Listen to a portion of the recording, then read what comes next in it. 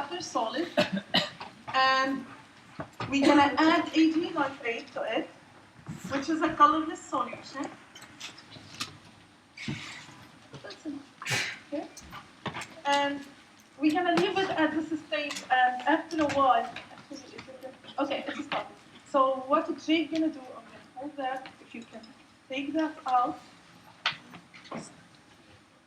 take the copper out, and as you, I'm not sure if you can see it on the camera,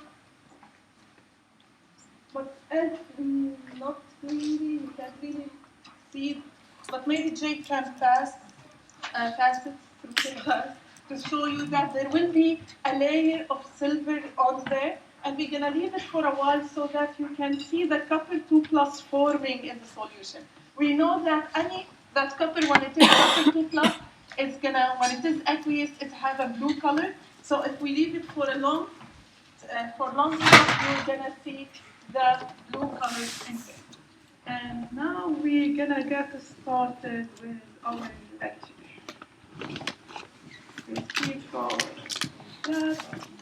So raise your hand if you didn't manage to get one of these. So we talked about oxidation reduction. It's the same, guys. It's the same handout that we handed the last time. We were in short of 30 handouts. It's exactly the same handout.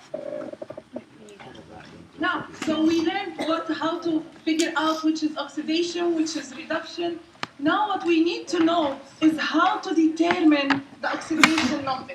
How do we know what is the oxidation number, for example, of copper, of Ag+, of N inside NO3-? What is the oxidation number of nitrogen inside NO3-? Or the phosphorus inside phosphate 3-? This is what we're going to learn today, how to determine the oxidation number. And you're going to use this worksheet or the rules on the worksheet. So take out your worksheet. And we're going to get started with rule number 1, 2, 3, 4. Now, those rules, you need to know them. I'm not going to give it to you in an exam. So, rule number 1, to determine the oxidation number. Pure elements, like any element from the periodic table, like sodium, potassium, iron, cobalt, nickel, silicon,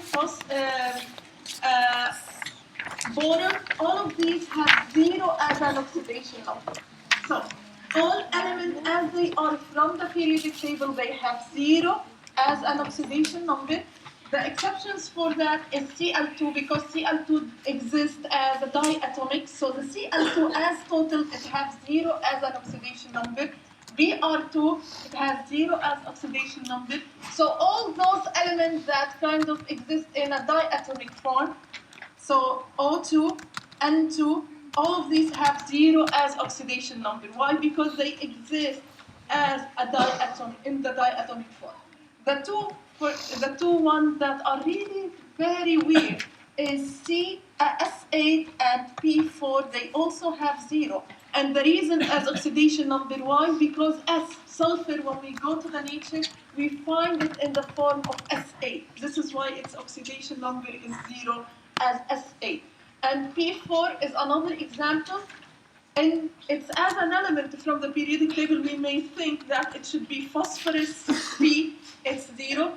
But in this case, it exists as P4, and these are the two kinds of weird stuff, and they are written for you in the rules.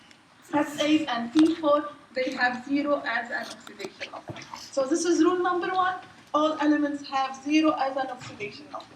Now, what about molecular compounds? And what do I mean by molecular compounds? Is the compound that have they have covalent bond, and they are molecular, so they aren't ions. They don't have a charge.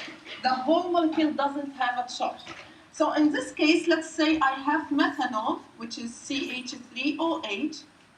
Let's say that the oxidation number of carbon is X, okay? And the oxidation number of hydrogen is Y, and the oxygen is Z. Now we're gonna learn that we know Z, we know Y in a minute, but let's say we don't know all of those. So the oxidation X plus 3Y, so 3 of Y plus Z plus Y, all of these equal to 0.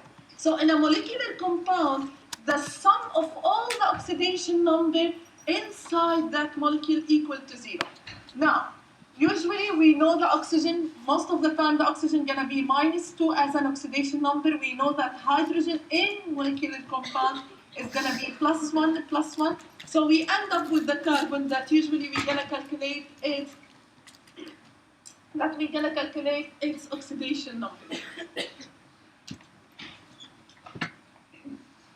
So this is the second rule. If you have a molecular compound, most probably you know most of the oxidation numbers, and you have one element that you don't know its oxidation number. Okay? So when the elements are inside compound, they have different oxidation number than when they are as an element by themselves. Okay? This is the second rule. Now the third rule, the oxidation number of ions is its charge. An example of that, for example, magnesium 2+. Its oxidation number is 2+. Sodium 1+. The oxidation number of sodium in this case is 1+. And so on. Now what if I have a polyatomic anion or cation, like CO3, CO3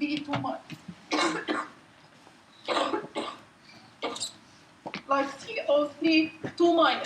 This 2- is not for the oxygen. It's not for the carbon. It's for the whole compound. In other words, let's say X is the oxidation number of carbon. I know oxygen in compounds has 2- as a charge. This equal to -2. In other words, X -6, 3 times -2, -6 equal to -2. And from there, we'll do the calculation to figure out the oxidation number of carbon. So for polyatomic anion, the charge that we have for the polyanion is for everything, for the sum of all the oxidation number inside this polyanion or polycation. The same applies, for example, for HPO3 2-. H, I know it has +1. Phosphorus, I don't know what's the oxidation number. Oxygen 2-, and this whole polyanion have a 2-, so it is 1 plus X -6 equal to -2. And then I calculate how much X for the phosphorus. This is how we figure out the oxidation number. So this is the third rule. Now the fourth rule, that oxygen is always have a -2, which is already applied. Oxygen inside, not as O2. As O2 it has 0. But oxygen inside compounds, when it is in CO3 2- and methanol and CO2. In these compounds, the oxidation number of oxygen is 2-. There is only one exception for that, other than O2 having 0, is when oxygen is in peroxide. In peroxides, for example, sodium peroxide. Only in this compound and in hydrogen peroxide, oxygen have -1 as an oxidation number. These are the two exceptions. Those are the two compounds that you're gonna see oxygen have -1 as an oxidation number. In any other compound other than O2, it's gonna be always a -2. That's by default. Okay? Now, our fourth rule is about halogens. Now, halogens, when they are in compounds, not as Cl2, Br2, we said Cl2 0, Br2 has oxidation number of 0, I2 0, and so on. But when halogens are inside compounds like NaCl-, they're gonna have -1 as a charge, fluorine -1 as a charge. So when they are inside compounds, they're gonna have -1 as an oxidation number. When they are in this form, in the diatomic form, they have 0 as an oxidation number. Now, the exception for that are this exception, which is having ClO-, hypochlorate or perchlorate or things like that. So when it is with the oxygen, calculate the oxidation number. In other words, like I have ClO-, I know that oxygen is -2, so I'll figure out X times -2 equal to -1, and from there I'm gonna figure out how much is the chlorine oxidation number, which is +1. So when chlorine is with oxygen, calculate its oxidation number. Don't depend that Cl or F has a -1 as a charge. But when it is in ionic compounds like NaCl, KF, or with any other metals, it's gonna be -1 as its charge, as its oxidation number.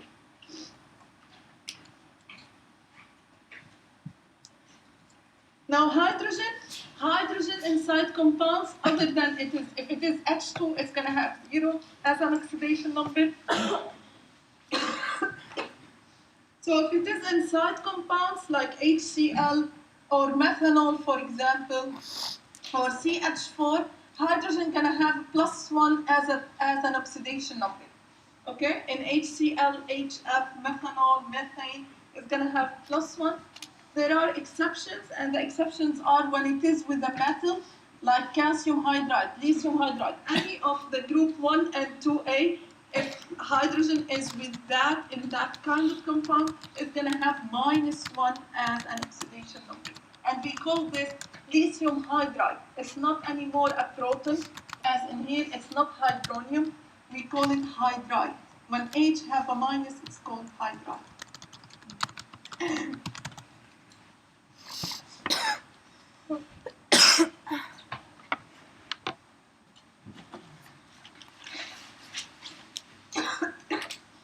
So this is the last rule. So we have all of these rules. What we're gonna do is we're gonna figure out the oxidation number. If you're asking yourself why do we need to figure out the oxidation number, because in reaction you're gonna have those elements in compounds, and you have to figure out the oxidation number to know which is reduced, which is oxidized. So what we're gonna do is about 4 or 5 eye clickers to determine the oxidation number, and then we'll go to the oxidation reduction. So we're gonna start with the oxidation number of phosphorus in sodium phosphate.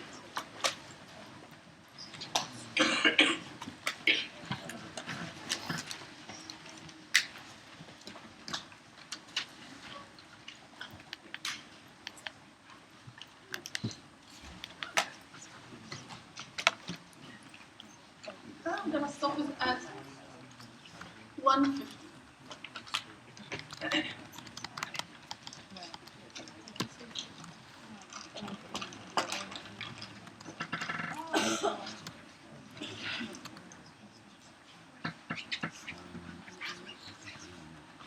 Okay, I just want to bring your attention that the surface solution changed from colorless to blue just by putting, and I think it's more clear now that the Ag is positive on the surface of the couple. And this is one of the most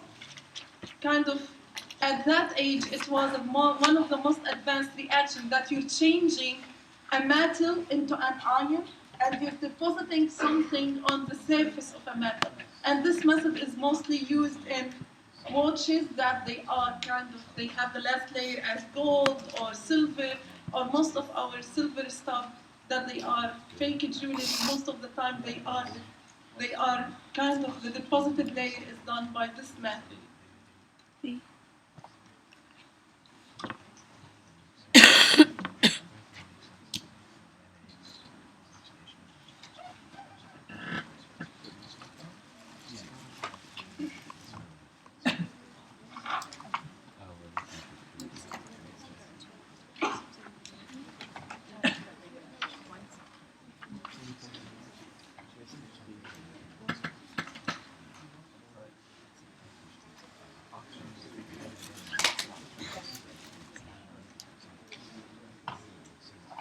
Okay. Tom is gonna stop it right here and check what you think.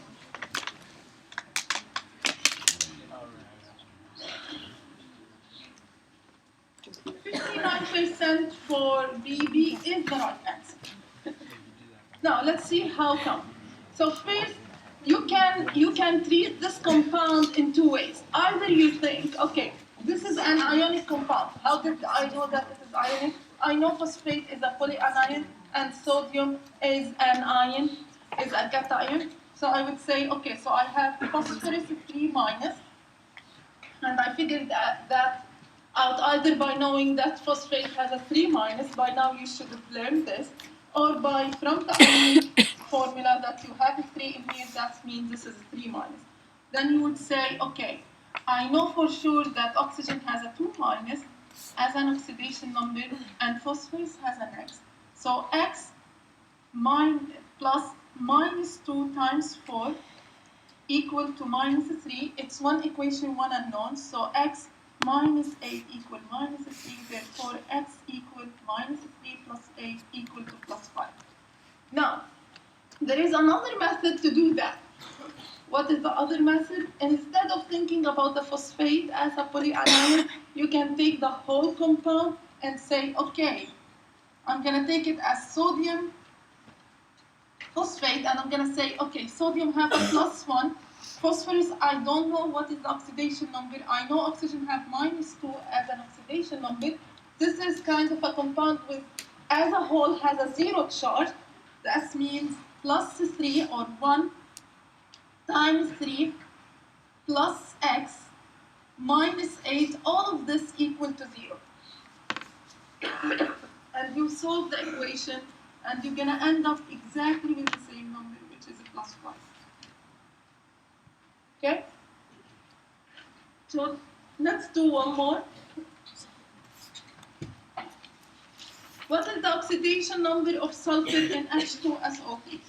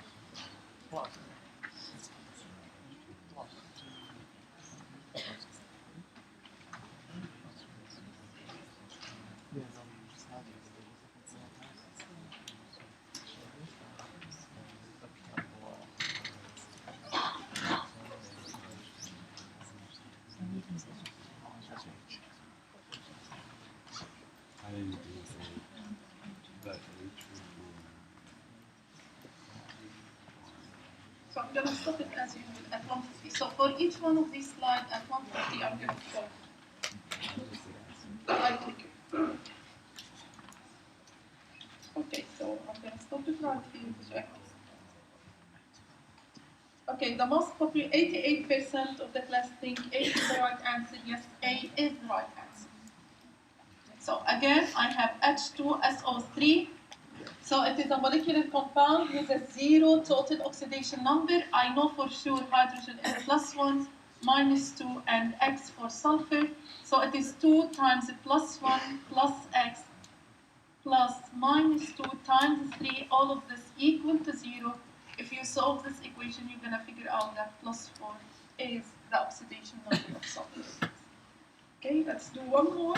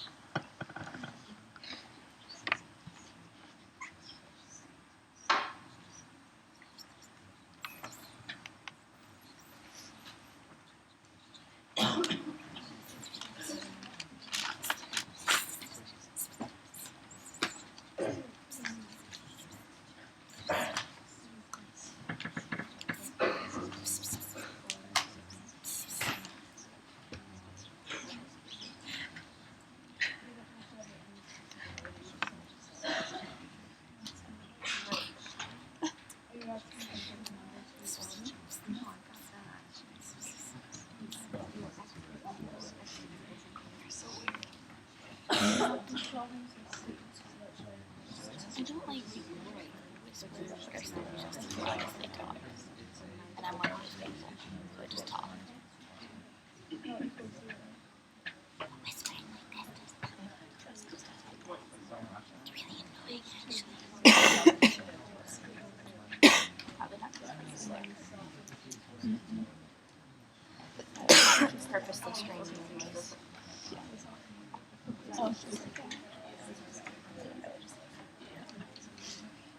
Okay.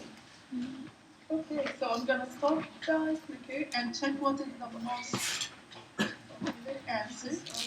So I have 80% for A. A is the right answer.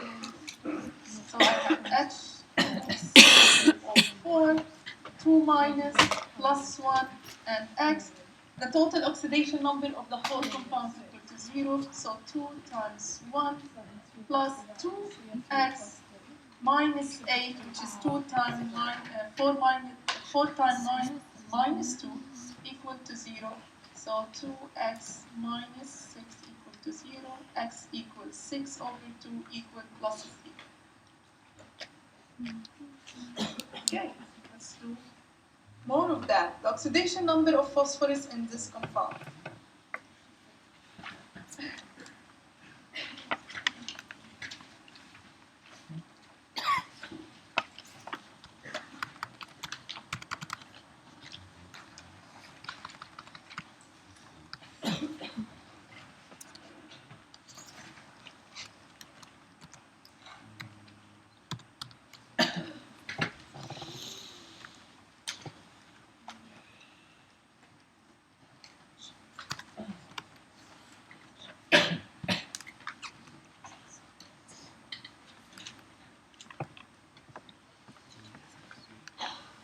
So this worksheet have more examples in there, and I'm gonna upload the key for this worksheet.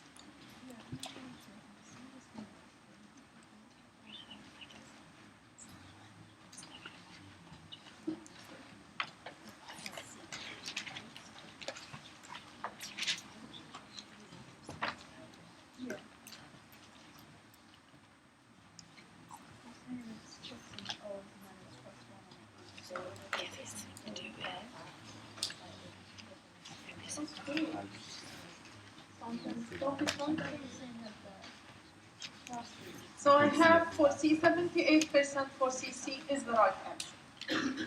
So I have H with plus 1, phosphorus with an X, O3 2 minus, and it is a polyanion, so the total oxidation number equal to minus 2, so plus 1 plus X minus 6 equal to minus 2. If you solve the equation, you're going to end up with plus 3 as the oxidation. And the last one, the last I clicker about the oxidation number.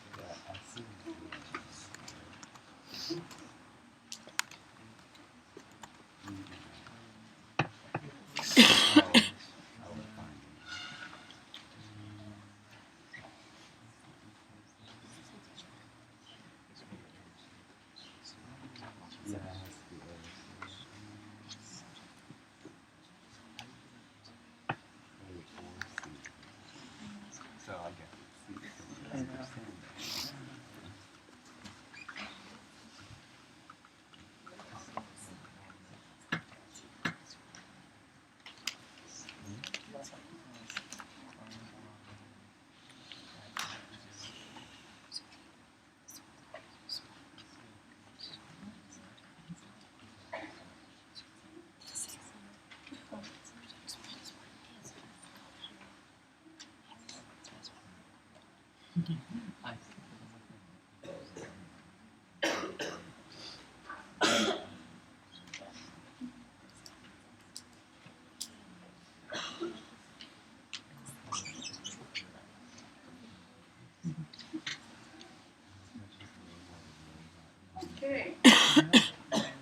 Stop it right here.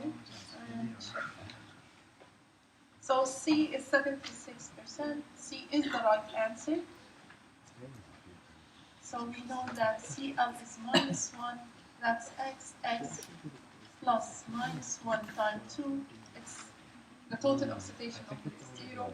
So x equals plus 2. Okay? So you can practice more. You have this worksheet. I'm going to upload the key sort. Now,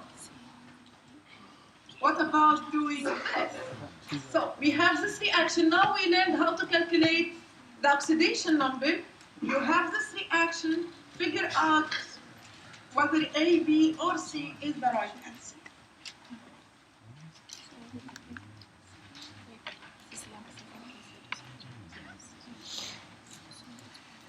So use this acronym to figure out.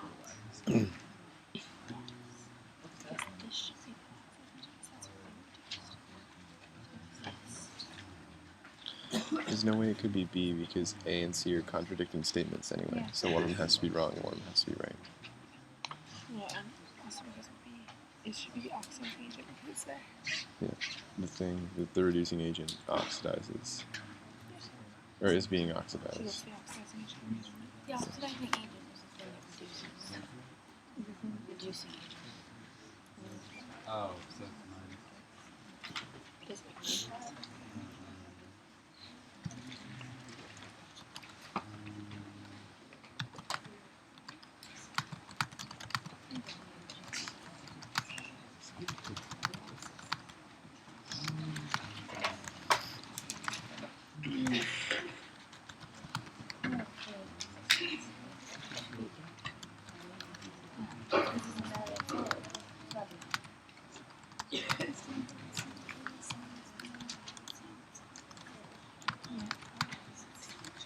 So again, I'm going to stop it at both.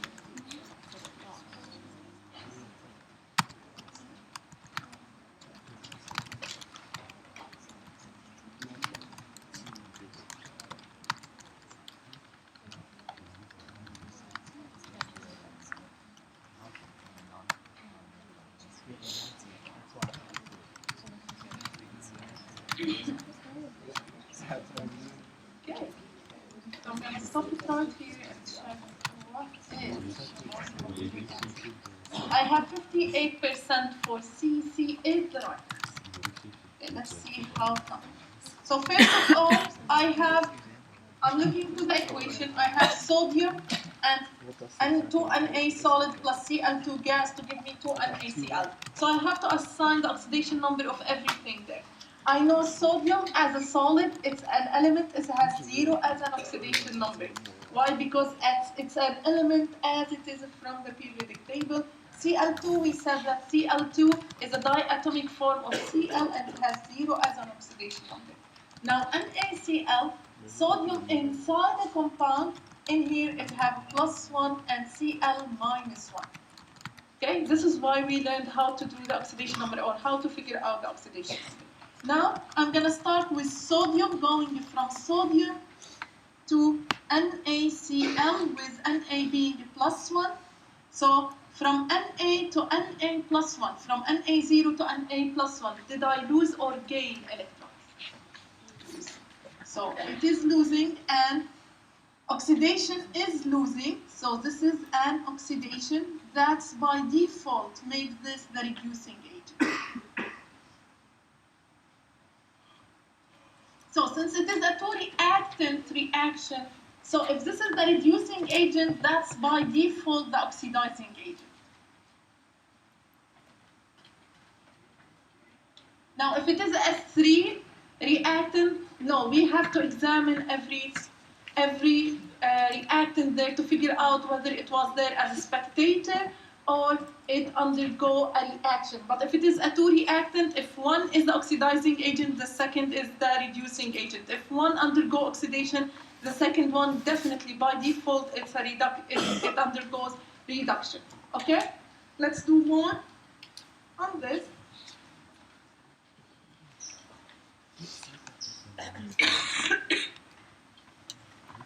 Which chemical in the reaction below undergoes reduction?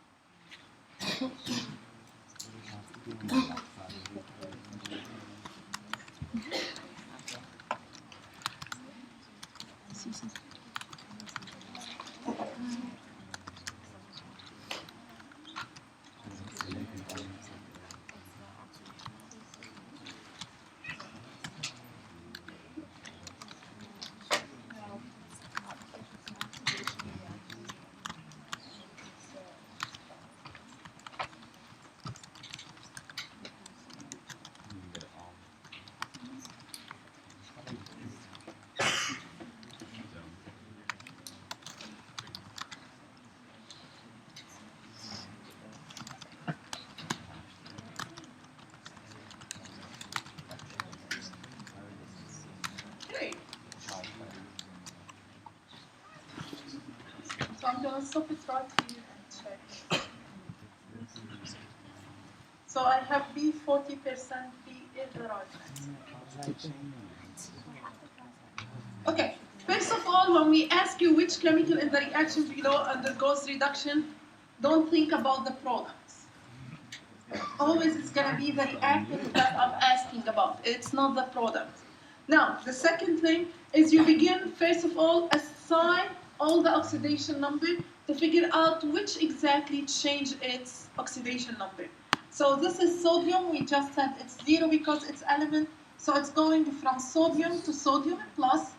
So minus 1 electron oxidation is losing. So this is an oxidation. And it's asking me which chemical in the reaction below undergoes reduction. So it's asking me which is undergoes reduction. Now by default, water is what undergoes reduction because we have two reactants, but I'm gonna wait to show you how is that. Just because in here we have water, we have +1 for the hydrogen, -2 for the oxygen. If we look to the OH minus, we have hydrogen have a +1 as an oxidation number and oxygen -2. So both neither the hydrogen nor the oxygen change its oxidation number in this case because the oxygen -2 is still -2. The hydrogen +1, it's still +1. So this is not the result of the reduction reaction. So the result of the reduction reaction is H2. Why? Because we said that the oxidation number of hydrogen in its diatomic form, it's 0. So now we look +2, from +2 to 0. Did we lose or gain? We gain 2 electrons. And this is why reduction is gaining. So this is a reduction. And therefore, water is the chemical that undergoes reduction. Yes. Because you have +2 to 0. So you gain 2 to get to 0. Okay? Now, one more on the oxidation reduction.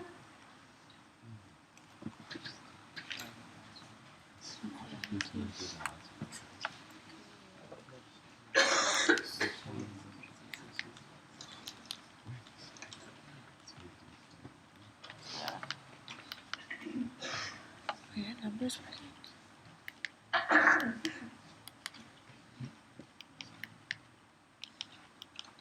Maybe say B, C, D, E.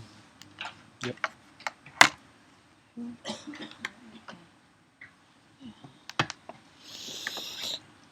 That's annoying.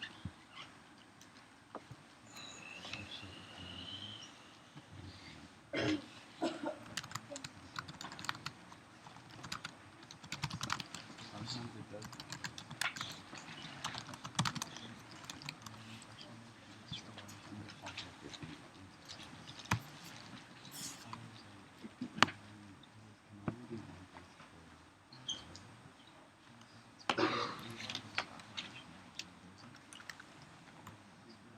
The reducing agent means that it's oxidizing. Agent confuses the population. Oxidizing means it's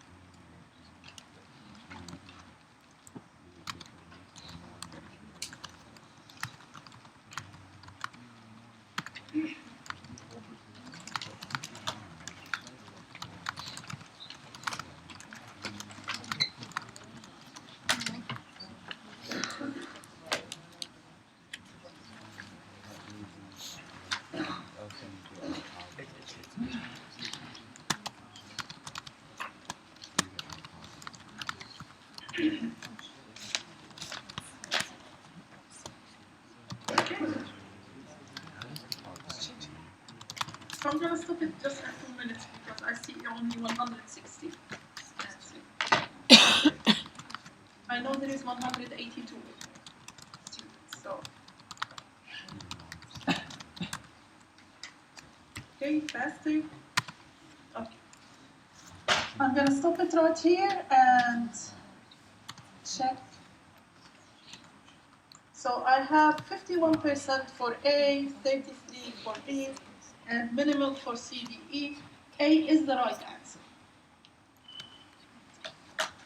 Okay, so I'm gonna start with the chromium. It's a 3 plus in here. So I'm gonna look to the product and begin assigning the oxidation number.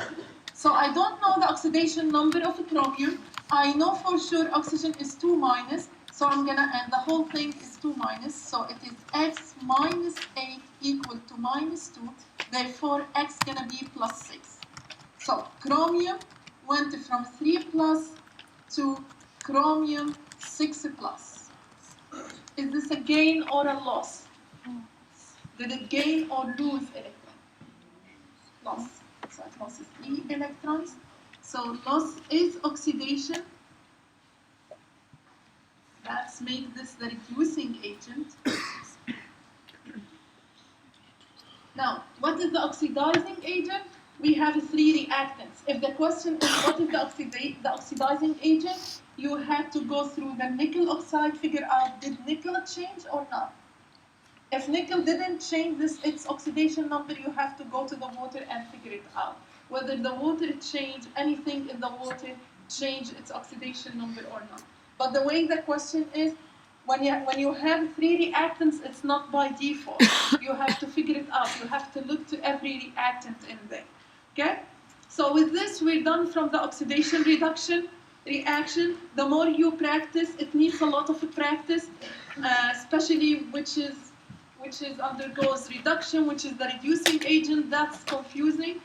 And it happens every semester that most of the students don't like this topic, which is oxidation reduction reaction, but you need to learn it because you're gonna need it in Chem 112.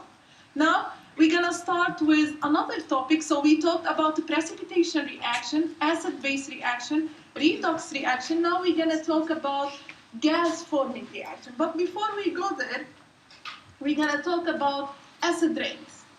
What is acid rain? I'm sure everybody heard once about acid rain. What is acid rain? Is it like somebody is pouring acid from the sky and this is why we have acid rain? What is acid rain about? Yes, please.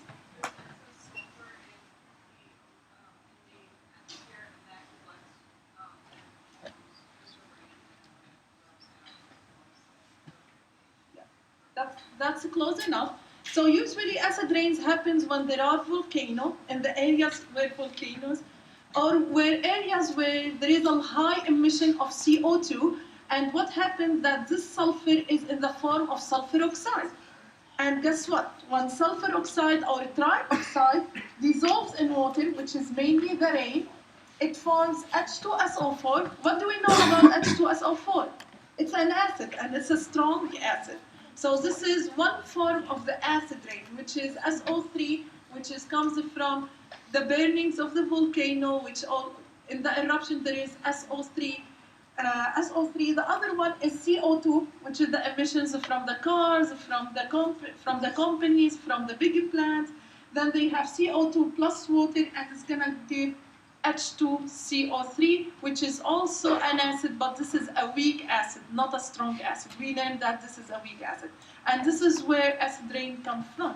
It comes from what we call the solvation of those two oxides in water. And we call these the unobvious acids. Why? Because it's not obvious that this is going to end up as an acid. So these two are the source of unobvious acid.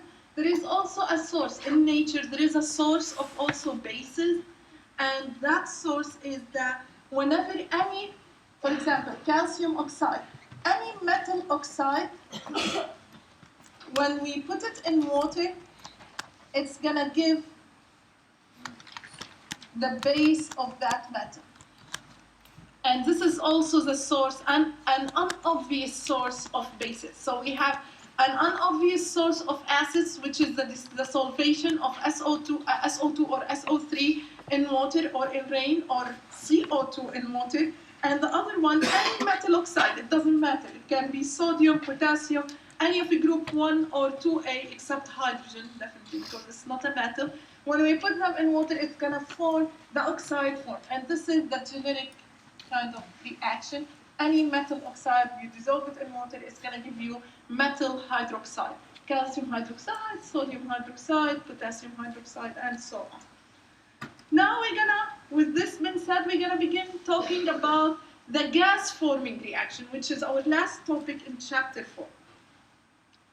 So gas-forming reaction are those reactions that when something reacts with something else, it's going to give me a gas.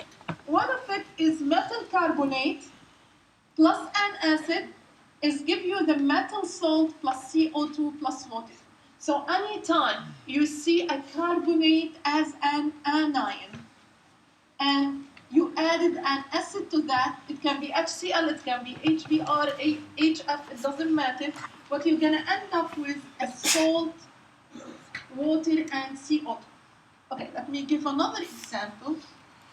Let's say I have calcium carbonate solid plus HCl. So what I'm going to form, if you want to think about it, the first thing is again a swapping of anion, and you're going to form calcium chloride plus H2CO3.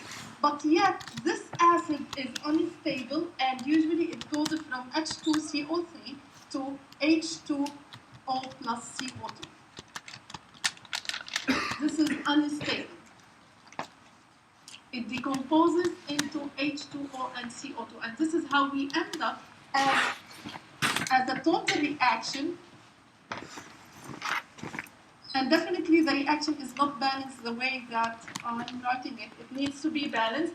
So any carbonate as an anion, and you add to it an acid, that by default is going to give you a gas-forming reaction, which is CO2 in this case. Now the same case happens if I have bicarbonate as an anion. Okay, an example of that, sodium bicarbonate plus HCl, again it's going to give me NaCl plus water plus CO2.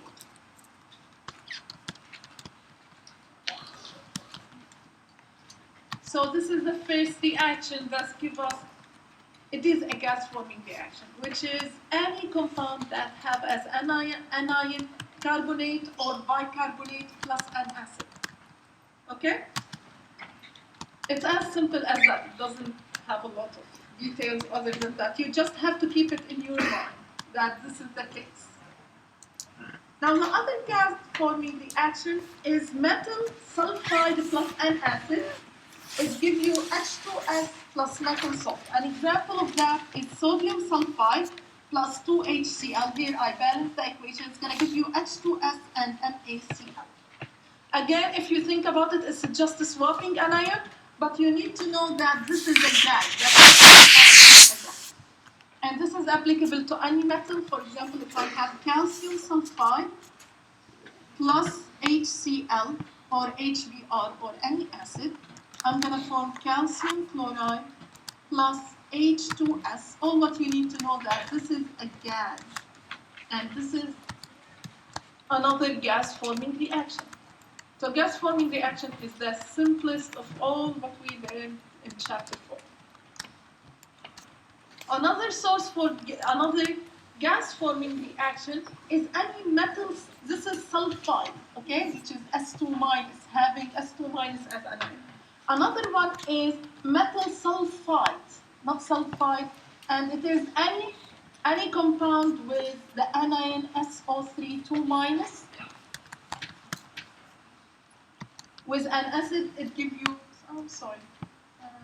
give you SO2, water plus NaCl. That applies to any other compound with sulfide as an anion, like calcium sulfide plus HCl. I'm going to form calcium chloride plus SO2 gas plus water.